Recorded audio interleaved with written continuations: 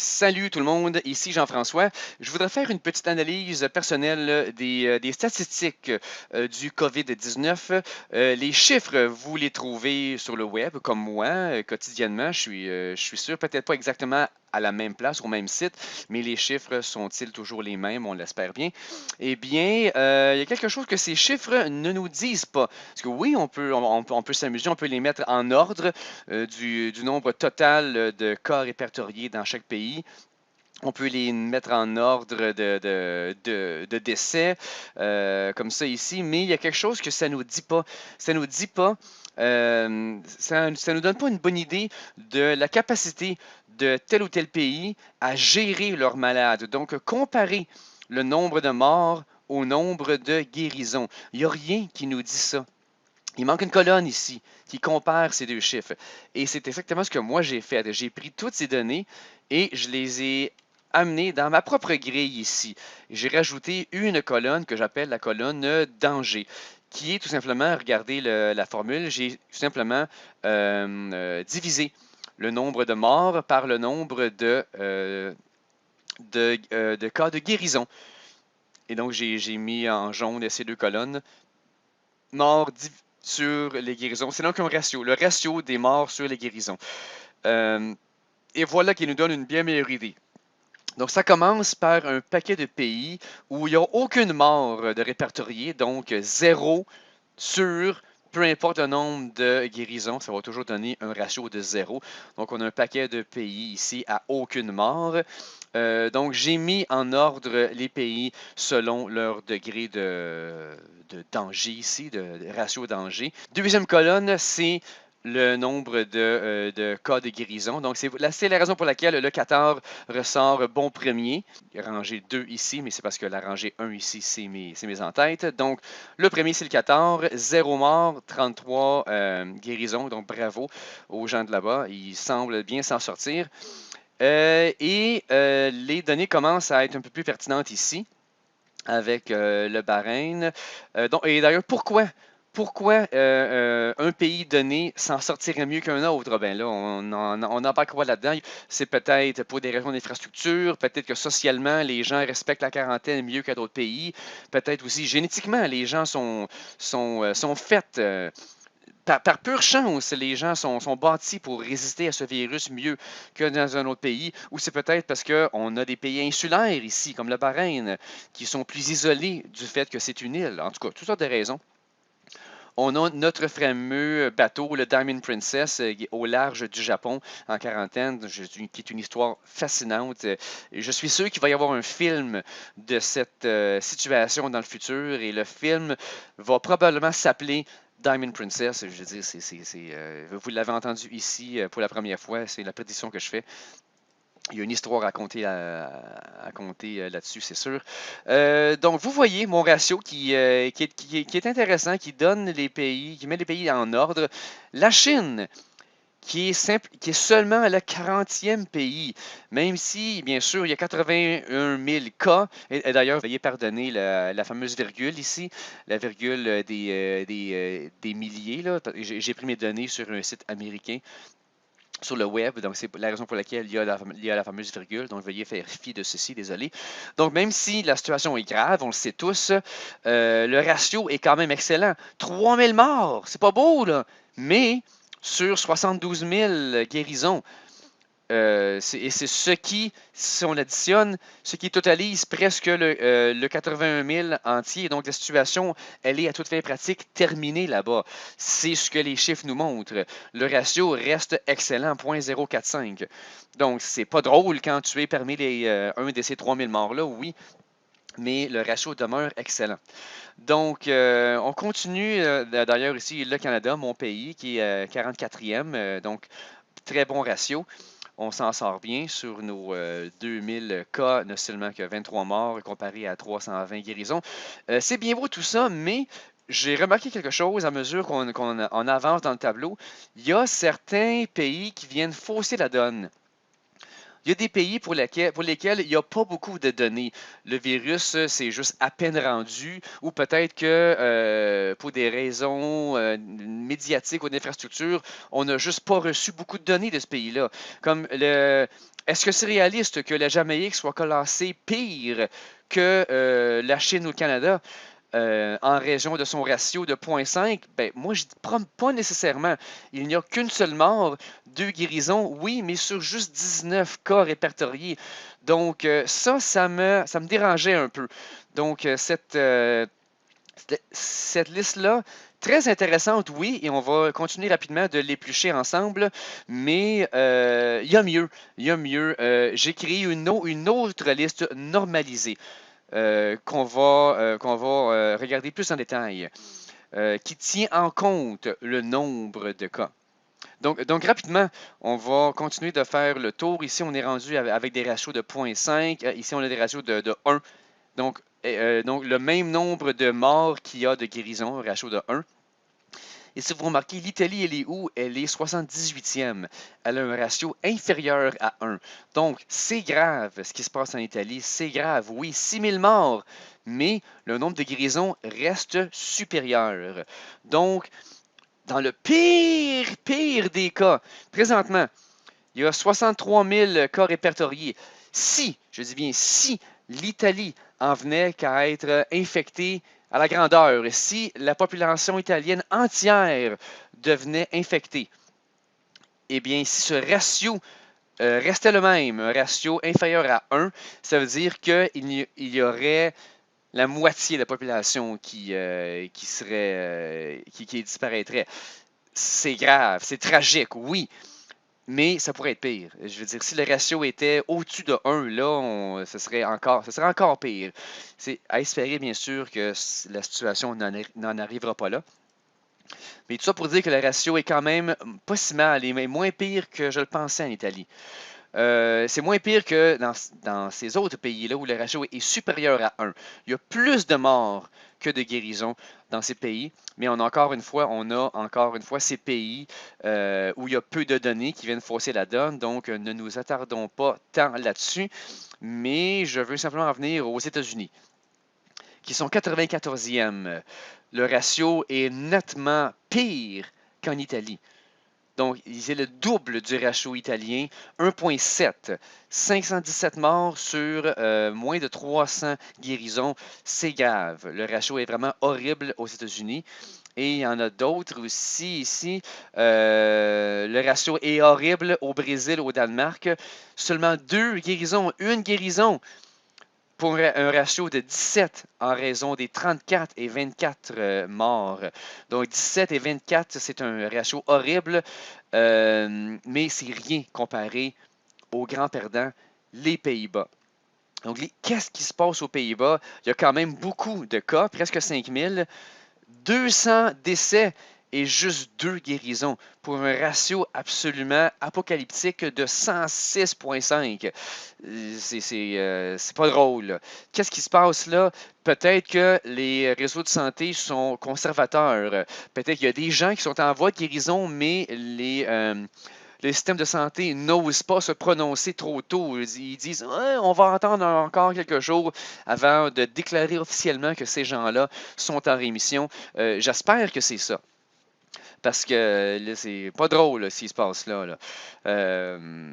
Donc, gardons un œil là-dessus. Gardons un œil aussi sur le Brésil et le Danemark, même si les chiffres sont pas concluants. Il n'y a pas beaucoup de données de rentrée à ce qu'on voit. Au-delà de ma barre grise ici, ben ça, c'est des pays simplement où il n'y a eu aucune guérison. Pourquoi? Ben parce qu'il n'y a pratiquement pas de malades. Regardez, il y a un malade, 2 malades. Donc, ça ne vaut pas la peine de s'attarder à ces pays-là, du moins pas encore, puisque la maladie ne s'est juste pas rendue là. Peut-être parce que, regardez, c'est des pays où c'est des pays beaucoup plus ruraux. Peut-être qu'on ne peut pas faire confiance. Peut-être que la manière de répertorier les cas n'est juste pas très fiable là-bas. Donc peut-être qu'il y en a plus qu'un cas au Mozambique, mais on ne le sait pas. Mais toujours est-il que quand il n'y a pas de guérison, ben, ça donne une division par zéro, hein, un ratio de quelque chose divisé par zéro. Ça ne marche pas. Donc c'est pour ça que tous ces pays-là se ramassent dans le fond de mon tableau et ça ne vaut pas la peine vraiment d'en parler. Sauf pour le premier ici, la Turquie. Regardez, il y a quand même 1500 cas en Turquie et on avait jugé bon de garder un œil sur le Brésil, n'est-ce pas, avec ses 34 morts, juste 2 guérisons. mais regardez la Turquie, 37 morts, aucune guérison. Ce sont des chiffres presque semblables à ceux du Brésil. Si on a conclu que le Brésil méritait notre attention, logiquement la Turquie aussi. Donc, gardons un œil sur la Turquie dans les prochains jours. Je suis curieux de voir ce qui va se passer. Mais donc, allons voir mon tableau normalisé. Ce que j'ai fait pour nous débarrasser de ces pays où il y a peu de données, donc 3 sur 1, ça donne un ratio horrible, oui, mais sur seulement 73 cas. Donc, ça fausse les données. Ce que j'ai fait, c'est que j'ai simplement multiplié le ratio par le nombre de cas. Et voici ce que ça donne. Voici ce que j'appelle mon tableau normalisé. Donc là, j'ai classé les pays, je les ai mis en ordre de danger normalisé. Et deuxièmement, par nombre de cas. Donc ici, le Qatar qui cède sa place à l'Arabie saoudite, qui prend la tête avec, encore une fois, un ratio de 0, mais avec plus de cas que le Qatar. Donc, bravo à ces pays qui semblent gérer la crise de manière efficace. Donc, on continue, on continue, on continue. Voyons ici, les ratios commencent à nous donner des données. Et la Chine, qui était 40e, n'est plus là. Donc, grâce à ma normalisation, la Chine, vous allez voir, elle est beaucoup plus basse maintenant.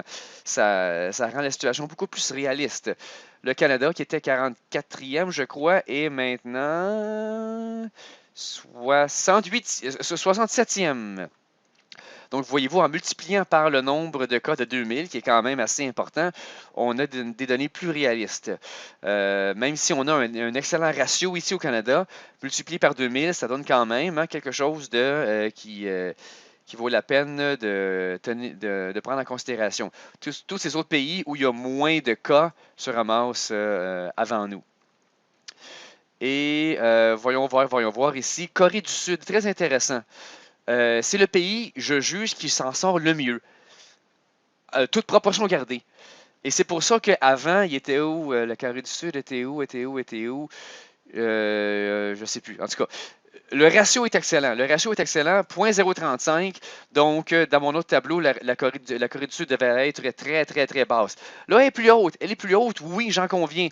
Mais pour un pays qui a près de 9000 cas, c'est excellent que la Corée se ramasse seulement 82e. Il y a tellement d'autres pays qui sont pires que la Corée, malgré ces 9000 cas. Donc, bravo à la Corée qui a un excellent ratio. Multiplié par les 9000 cas, ça ne fait que 314. Donc, ça semble bien se passer en Corée du Sud. D'ailleurs, la Corée du Nord, qui brille de par son absence, bien sûr, on n'a aucune donnée sur la Corée du Nord, vous le devinerez. Je devine que la situation est pas si mal en Corée du Nord. Peut-être qu'ils n'ont pas l'infrastructure de guérir les gens de manière appropriée là-bas, j'en conviens. Donc, si jamais un jour on a des données qui sortent de la Corée du Nord, on va voir qu'il y a quand même beaucoup de morts, mais que l'épidémie ne s'est pas propagée. Pourquoi? Parce que quand le gouvernement impose à sa population une quarantaine en Corée du Nord, les gens, ils écoutent. Ils respectent la quarantaine, laissez-moi vous dire. Donc, je prédis que l'épidémie ne s'est pas propagée énormément en Corée du Nord, mais ça, on le saura peut-être jamais. Donc, attendons-nous aux pays où ça va vraiment moins bien ici. Donc, avec des dangers normalisés au-dessus de 400 ici. Vous voyez là, c'est donc naturel. Grâce à mes calculs, les pays où il y a plus de cas sont naturellement plus bas dans la liste. Donc, c'est ça que je voulais. Ça, c'est vraiment intéressant.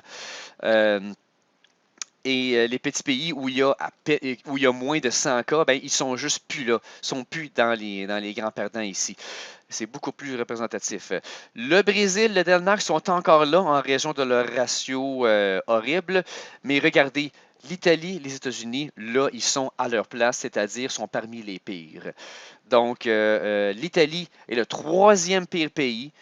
Ratio pas si mal, mais quand même pas si bon non plus.